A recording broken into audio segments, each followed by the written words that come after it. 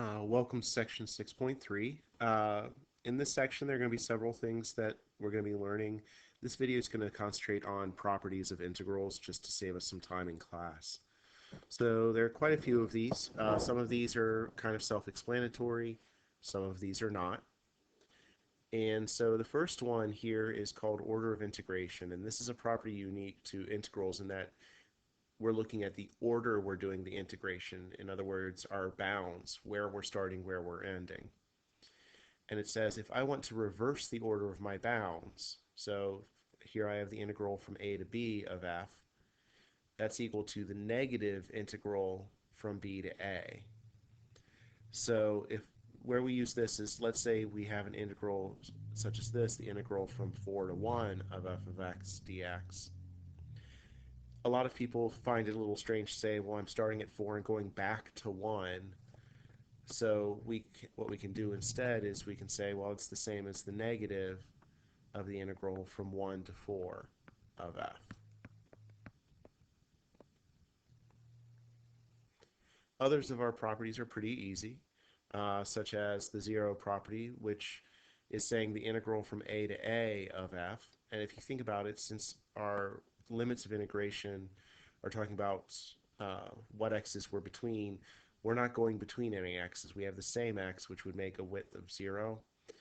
And it's also called the zero property. So if my limits of integration, my upper and lower bounds are the same, I have that integral will have to equal 0.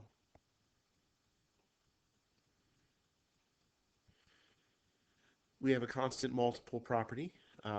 So if I have some constant times a function inside, I can move the constant out. And this is just like the constant multiple property for derivatives. It's just like the constant multiple property for limits. So if I have the integral from 0 to 4 of 5x, I can move that 5 outside times the integral from 0 to 4 of just x. And just be careful, this only works when you're moving a constant multiple out. Sum and difference property for integrals is saying that if I'm adding or subtracting two functions within an integral, I can actually separate them into separate integrals. This is one we tend to do without thinking, but it is still a property. So if I have the integral from 0 to 4 of x squared plus x, that's the same as the integral from 0 to 4, I can make a better 0 to 4 of x squared plus the integral from 0 to 4 of x. And note that when I am splitting it into separate integrals, the limits of integration are staying the same. Additivity is our next property.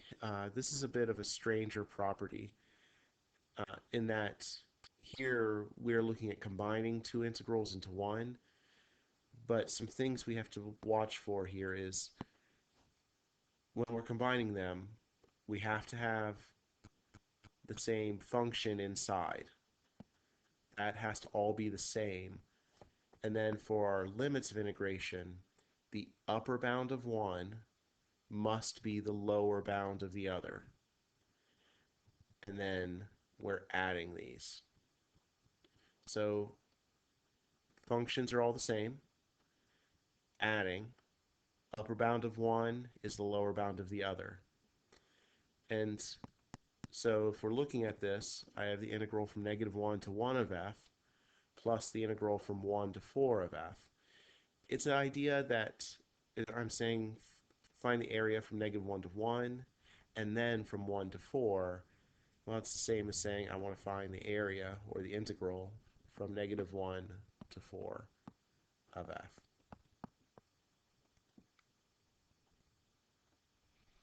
The max-min property is a little bit more complicated, and this is not one that we use very often. This is one that allows us to put bounds on our integral by thinking of it as area again. So it's saying if I were to use just one rectangle, what is the smallest possible area and what is the largest possible area that we could come up with? And so the smallest is based on this idea that if I'm going to use one rectangle, the width is going to be b minus a. And then the height will be determined by the minimum of f. So the smallest rectangle I would use would say, here's the minimum for f in that interval. And this rectangle's area would be the smallest possibility for that integral. So my integral has to be greater than or equal to that rectangle's area. But then the largest would be a rectangle with a width of b minus a again.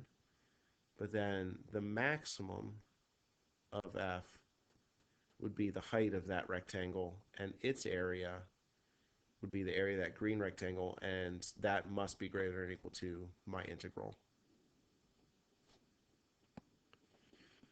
Well, finally, we have domination, which, first of all, is just a very cool name for a property. Uh, and this is kind of a duh property. It's saying that if I have one function that's always bigger than another function, then the integrals between the same limits of integration, the integral of f must be larger than the integral for b.